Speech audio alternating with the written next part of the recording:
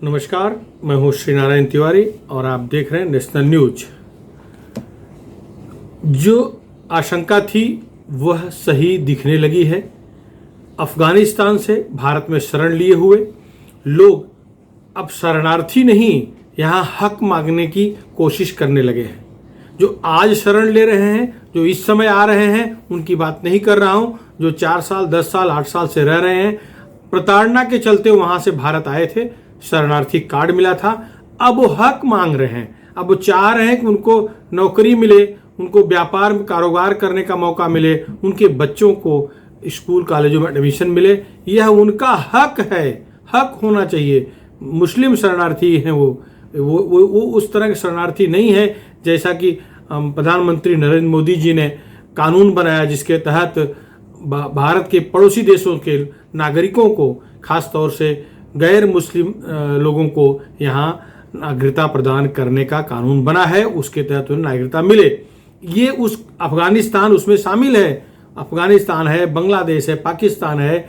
इन सारे देशों से वो शरणार्थी, गैर मुस्लिम शरणार्थी वहाँ से धार्मिक प्रताड़ना के तहत, धार्मिक प्रताड़ना उत्पीड़न से दुखी होकर के अपनी जान बचाने के लिए हिंदुस्तान में आए हैं। तो उनको शरण तो दिया ही गया है, उनको वह पूरी सुख सुविधा मिलेगी जो भारतीय नागरिक को मिलती है।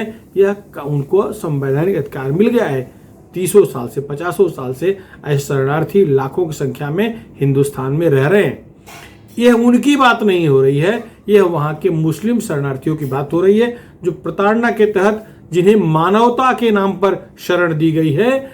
सोमवार को दिल्ली में वो उनके बच्चे, महिलाएं आगे आकर के, पुरुष पीछे रहे, आगे आकर के UNHCR के सामने प्रदर्शन किया। वह अपना दुखड़ा बता रहे थे। वो कह रहे थे कि उनको United Nations high commission for refugees की तरफ से रिफ्यूजी कार्ड तो मिला है, कार्ड बना है, लेकिन उनको उस कार्डों से कोई लाभ नहीं मिल रहा है। वो चाहते हैं कि भारत में उनको वह सुख सुविधा मिले जो भारतीय नागरिकों को मिल रही है। सोचिए, हमारे पास इतने संसाधन कहाँ से हैं, हम अपने ही नागरिकों को सुख सुविधा दे सकें, उनकी चिकित्सा करा सकें, उनको वो सब कुछ दे जिससे उनका विकास हो। इतना भी संसाधन हमारे पास अभी पर्याप्त मात्रा में नहीं है। कोरोना काल में ये सब दिख गया। तो अब हम बाहरी देशों की आपदाओं को अपने सर पर कैसे बैठा सकते हैं? मानवता के नाम पर शरण देना, कुछ दिन रखना ठीक है, लेकिन इसके बाद उन्हें अपने अपने देश में चला जाना चाहिए, वो चले जाएं, या भारत सरकार को उन्हें जबरदस्ती अपने देश से बाहर खदेड़ देना चाहिए। वह पाप अब नहीं करना चाहिए जो बांग्लादेश से आए बांग्लादेशी घुसपैठियों के साथ किया गया, वह जो रोहिंग्या मुसलमानों के साथ किया गया। 4-4.5 करोड़ पाप यह भारत की धरती पर बैठ करके, भारत की धरती पर भारत के संसाधनों का लाभ ले रहे हैं और भारतीयों की हत्याएं कर रहे हैं, भारतीयों के साथ, महिलाओं के साथ बलात्कार कर रहे हैं, भारतीय बच्चियों के साथ सामूहिक कुकृत्य कर रहे हैं, और लूट पाट, खसोट, वन जमीन पर कब्जा, जितने भी पाप, अनैतिक कर्म हैं, कुकर्म हैं, सब कर रहे हैं। और हम मानवता देख रहे हैं। नहीं चाहिए ऐसी मानवता।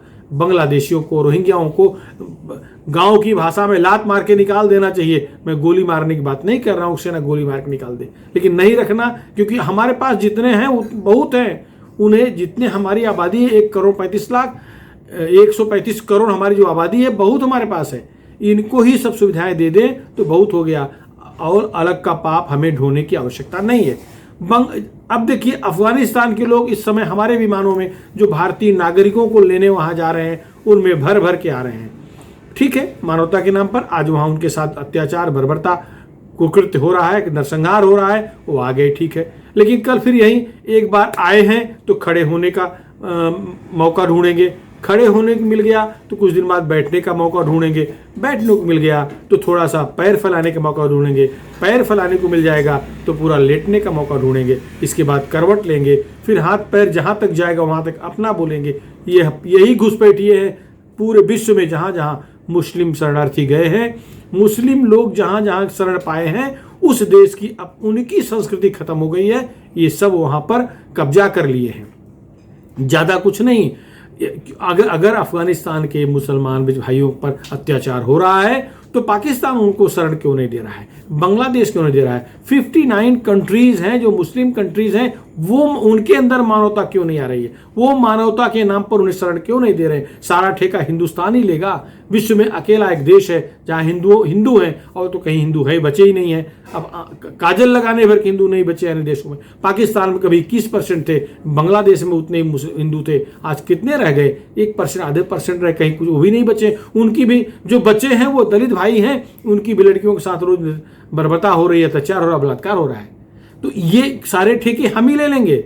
अरे भाई 59 राष्ट्र हैं, वो लोग संभालें, भाई हैं, अल्लाह के बंदे हैं, सब एक ही अल्लाह को मानते हैं, तो उनको शरण देना उनका काम है, उनका दायित्व है, करना चाहिए। ठीक है, कुछ दिन के लिए शरण दिया गया है, लेकिन जिस तरह से दिल्ली में सोमवार को प्रदर्शन हुआ है, इससे संकेत दिख रहा है कि इनकी लंबी चौड़ी नीति हो सकती है। आए हैं शरण मांगने, फिर हाथ पैर फैलाएंगे, फिर वही करेंगे जैसा बांग्लादेशी कर रहे हैं या रोहिंग्या कर रहे हैं। देश में जहां भी बांग्लादेशी और रोहिंग्याओं की बस्ती ज्यादा है, वहां अब हो रहे अपराधों पर नजर डालें, और जांच भी अगर जांच की तह तक जाएंगे तो अवश्य मालूम पड़ेगा, उसमें उनका बांग्लादेशी और रोहिंग्या कनेक्शन मिल ही जाता है। जहां 2 संप्रदायों का मामला आया है आज तक जांच में, ये दो आ ही गए हैं, ये 2 मिल ही गए हैं।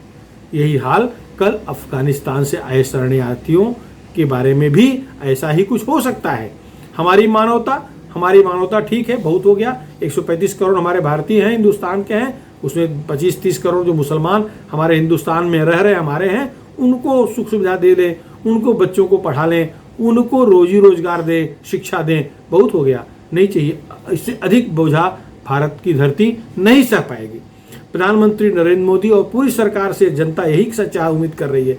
मत देखें आंसू देख चुके हैं उस समय के सत्ताधीश लोग, जो रोहिंग्या और बांग्लादेशियों के साथ उनकी आंसू देखे, उनकी घड़ियाली आंसू है, उनके अंदर जहर भरा है। मैं अभी अफगान से जो रोते विलखते आ रहे हैं उनके बारे में नहीं कह रहा हूं, मैं अनुभव बता रहा हूं देश का, जो बांग्लादेशियों और रोहिंग्या मुसलमानों के बारे में देश ने देखा, अनुभव किया। एक खबर जो अफगानिस्तान से आ रही है, वो इन शरणार्थियों के एंगल से ही मैं बताना चाहूंगा। वो सुखद खबर है। अफगान में जो तालिबान ने पूरे अफगानिस्तान पे कब्जा नहीं किया है, पंजशीर इलाके में इनका कुछ नहीं चला है। पंजशीर छोटा सा इलाका है, करीब 1,73,000 की आबादी वाला छोटा सा इलाका है, वहां इनका कुछ नहीं चला, उन पर ये कब्जा नहीं कर सके।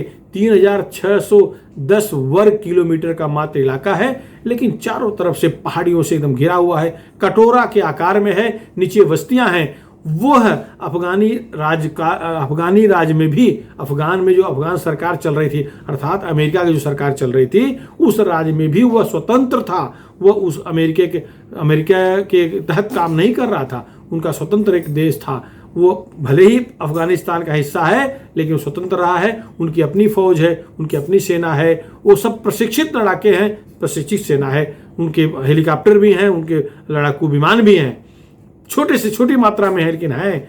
और उन्होंने ब्रिटिश हुकूमत को भी स्वीकार नहीं किया, तब भी वो गुलामी बर्दाश्त नहीं किए थे। और जब इनका राज हुआ 1996 से लेकर के 2001 तक विशुद्ध रूप से यही तालिबानों का राज हुआ था, तब भी उन पर इनका कब्जा नहीं हुआ था, पंजशीर अलग था। अब अभी भी उन पर कब्जा नहीं है।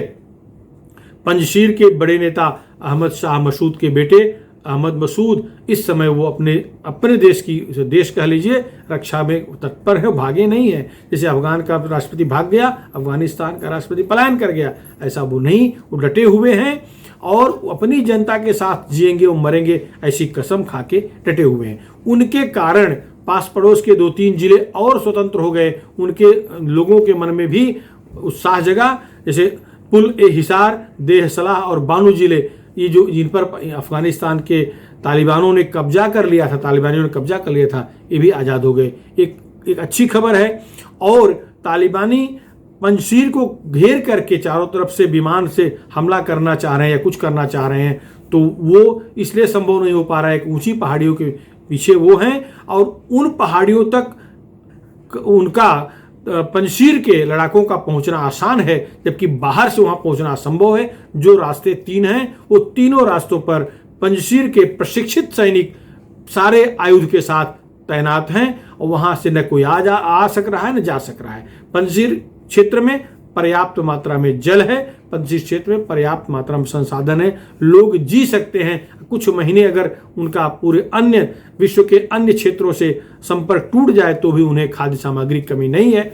ऐसी स्थिति उनकी है, मजबूत हालत में है। अब वो विश्व समुदाय से अपील कर रहे हैं कि उन्हें युद्ध सामग्री मिले, उन्हें लड़ने के संसाधन मिले तो तालिबानों से मुकाबला कर सकते हैं। उनके पास 10,000 प्रशिक्षित उनकी सेना है, जो विधिवत ट्रेंड सेना है। वो युद्ध के नियमों कानूनों को पालन करते हुए भी विजय हासिल कर सकते हैं। इसी के चलते अब तक वह इलाका कभी गुलाम नहीं हुआ था। तो अगर विश्व समुदाय, जैसा कि तजाकिस्तान ने हाथ बढ़ा दिया है, वो कह दिया है कि वह सैन्य मदद करेगा, हथियार देगा, तो इनके पास जो पंजशीर के पास जो हथियार हैं वो रूस के हथियार, रूस में निर्मित हथियार हैं। उनके लिए गोला बारूद जो कुछ है वो सब चलेंगे। और तालिबानों के पास जो हथियार इस समय तालिबानों ने कब्जा किया है, तालिबानों ने जो अफगानिस्तान की सेना के लिए रखे गए अमेरिकी हथियार थे वो कब्जा किया है। वो हथियार तो मिल गए हैं, इसमें गोला बारूद कहाँ उनके पास है? वो कैसे टकराएंगे? अगर वो लड़ाई छिड़ जाए तो एक दिन भी नहीं लड़ पाएंगे, क्योंकि मूल हथियार होता है गोला बारूद, गोली। वो तो अमेरिकन अपने साथ लेके चले गए हैं, केवल यहाँ लोहे का पंजर छोड़ गए हैं। अगर इनके पास तोप हैं तो तोप से जो दगता है गोला वो कहाँ से लाएंगे? और वो किसी अन्य देश की सेना बना करके, अन्य देश बना करके उन्हें दे और उसमें दगेंगे, यह गारंटी नहीं है। वो टेक्नोलॉजी, लेटेस्ट टेक्नोलॉजी के आधार पर बने हथियार हैं। उनमें अनपढ़ गंवार लंठ टाइप की जो सेना, जिसे लड़ाका है, जिसे अभी तालिबान अपनी सेना मान रही है, ये कैसे चलाएंगे? हथियार मिल गया, चलाएं कैसे? कंप्यूटराइज्ड है, भेड़ चलाने वाले, ऊंट चलाने वाले ये हथियार चला पाएंगे? संभव नहीं है। AK-47, AK-56 जैसे हथियार, इनकी गोलियां इनके पास हैं, ये चला ले रहे हैं। लेकिन अगर युद्ध छिड़ेगा तो इनके पास वायुयान भी हैं, लड़ाकू विमान भी हैं, हेलीकॉप्टर भी हैं, लेकिन चलाए कौन? वो चलाने वाले चले गए हैं। और उसमें जो लेटेस्ट टेक्नोलॉजी है उसका एक बहुत बड़ा माइनस पॉइंट है कि वो सॉफ्टवेयर से कंट्रोल्ड है, जिस पर अमेरिका कंट्रोल है। अमेरिका नहीं चाहेगा तो एक भी हेलीकॉप्टर नहीं उड़ेगा, अमेरिका नहीं चाहेगा तो एक भी एरोप्लेन, युद्ध विमान नहीं उड़ेगा। ऐसी स्थिति में इनको जो मिल जरूर गए हैं वो फोटो खिंचवा लें, फोटो खिंचवा कर वाहवाही कर लें, लेकिन इन ऊंट चराने वाले, इन भेड़ चराने वाले, इन बकरी चराने वाले लड़ाकों को, तालिबानी लड़ाकों को, उन्हें चलाने का प्रशिक्षण कौन देगा? और देने के बाद क्या वो चला करके युद्ध लड़ पाएंगे? कितने समय लग जाएंगे? एक एरोप्लेन चलाने वाले, एक पायलट बनाने के लिए 10 साल समय जाता है पढ़ाई का, तब बन पाते हैं। वो पढ़ाई की उम्र होती है, वो ट्रेनिंग की मेंटलिटी होती है। इन गंवारों को मेंटलिटी कहाँ से आएगी? तो असंभव नहीं है। हथियार मिल गया है तो भी कुछ गुल खिला पाएंगे, ये संभव नहीं है। पंजशीर को अगर सचमुच अमेरिका, ब्रिटेन या और देश हथियार दें तो उनके प्रशिक्षित सैनिक हैं, वो इनको मार भगाएंगे। निश्चित रूप से अफगानिस्तान असल में आजाद हो जाएगा। अगर अफगानिस्तान से तालिबान राज खत्म करना है तो चाहिए पूरे विश्व को, जो आज अमेरिकी राष्ट्रपति जो बाइडेन की निंदा कर रहे हैं, वाकई में उन्होंने गद्दारी किया है, अमेरिकी सेना को हरवा दिया है। विश्व की सबसे प्रशिक्षित सेना, सबसे वेल इक्विप्ड सेना कहलाने वाली अमेरिकी सेना हार गई है। जिस तरह सेना हटाए हैं वहां से और स्थानीय गुंडों को कब्जा करवा दिए हैं, तालिबानी गुंडों को मैं गुंडा कह रहा हूं, कब्जा करा दिए हैं, ये अमेरिकी सेना की हार है। आज पूरे विश्व समुदाय में वर्तमान राष्ट्रपति अमेरिका के जो हैं उनकी थू-थू हो रही है। निश्चित रूप से इसके बदले अगर कुछ करना भी चाहेंगे वो तो यही कर सकते हैं कि अफगानिस्तान में उनके हथियार हैं, उनके सॉफ्टवेयर ब्लॉक कर दें, वो न चल सकें, फिर वो कुछ करें और सारा देश करे, सारा विश्व करे, ये हो सकता है। लेकिन अफगानिस्तान का बहुत नुकसान हो गया है। अफगानिस्तान के पास देश चलाने के लिए जो रुपए पैसों की आवश्यकता होती है वो 10 दिन का भी नहीं बचा है। 10 दिन बाद 11वें दिन ये तालिबानी, ये लंठ, ये गंवार, ये ऊंट चरवाहा क्या करेंगे? देश कैसे चलेगा? लोग क्या खाएंगे? वहाँ कोई चीज़ पैदा होती नहीं है, अफीम गांजा छोड़ कुछ उनके पास है नहीं, तो क्या खाएं, कैसे जिएंगे? भयावह त्रासदी सामने खड़ी हो जाएगी, भुखमरी में लोग मर जाएंगे। ये तालिबानी लड़ाके भी क्या खाएंगे? कितने दिन ऊंट मार मार खा के जिएंगे? वो भी खत्म हो जाएंगे। तो इनको जीने के लिए अब कोई देश मदद करने आगे आ नहीं सकता। चाइना छोड़ के कोई मदद करने को तैयार नहीं है, वो भी इस शर्त में मदद करेगा कि कब्जा करा दो, लेकिन कब्जा देंगे तो स्थानीय लोग विद्रोह कर देंगे। भयानक स्थिति है। फिलहाल विश्व समुदाय को इस पर ध्यान देना पड़ेगा। आपको हमारा वीडियो कैसा लगा, पसंद आया हो तो हमारे चैनल को सब्सक्राइब करें। धन्यवाद।